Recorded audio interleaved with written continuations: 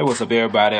This is part two, talking about living on purpose and the cost of doing that.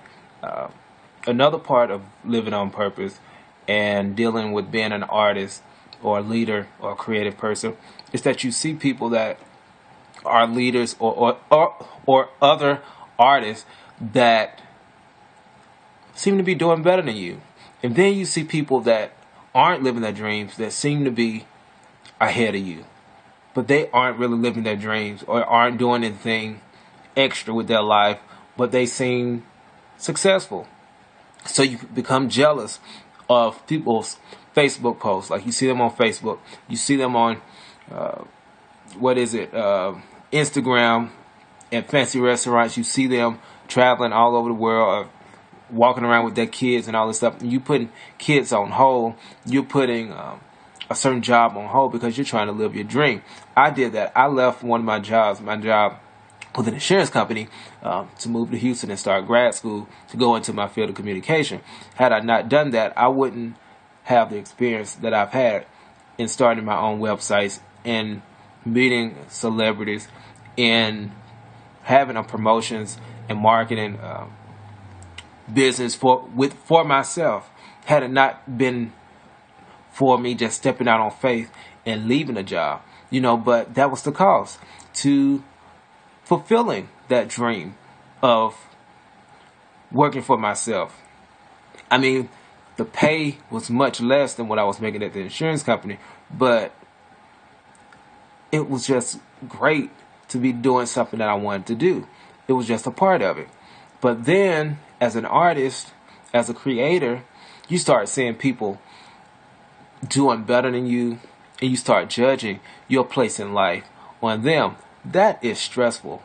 That is so stressful, and it just makes you go crazy. Some artists, they'll see other people recording, they see other people doing backup for these famous people, and they just get evil over it.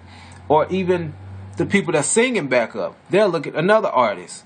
So it's kind of like you looking at yourself, doubting yourself, when the person that you're looking up to is actually looking up to you. And we don't even think that way. Like, I've caught myself doing that for a while. I catch myself doing it. But I remember my professor, she said, life is a journey, not a race. Not to judge yourself based on what other people are doing on their life or on somebody else's accomplishments, because God works in his own time, on his time schedule. And I'm not talking, in neither one of these videos am I talking to people that's not putting forth effort. Like, you want to be an actor, but you're not auditioning. I have no pity for you. Or you want to be a leader of an organization and you're not volunteering, so you're depressed. I have no pity for you. I'm talking about the people that's actually working and doing work in the community as leaders, the people that's going out there making music, going out there writing books, writing short stories, blogging, doing different things to contribute to what they want to do. They want to be an entrepreneur, so they're going out there selling something. You can open up a t-shirt shop online now and design t-shirts like easily online. So you can go into being an entrepreneur that way. That's the easy way. So I'm not talking about people that's not doing something. I'm talking about people that's actually doing something towards their dream. You have to find an outlet for your for creative expression.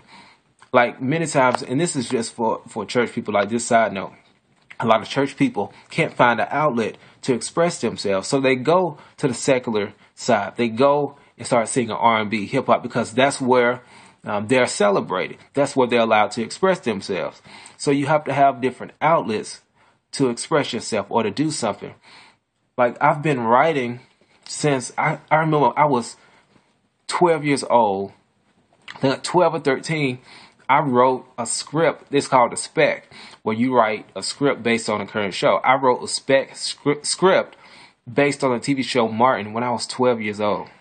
So I had creative expression in me, like, since I was a kid, a really small kid. I remember writing stories when I was 6 years old, 7 years old, writing my own cartoons, sketching out businesses that I wanted to own when I'm 50 years old. I had those visions when I was a kid. I was already a creative person, a visionary when I was a little kid. So it was already in me.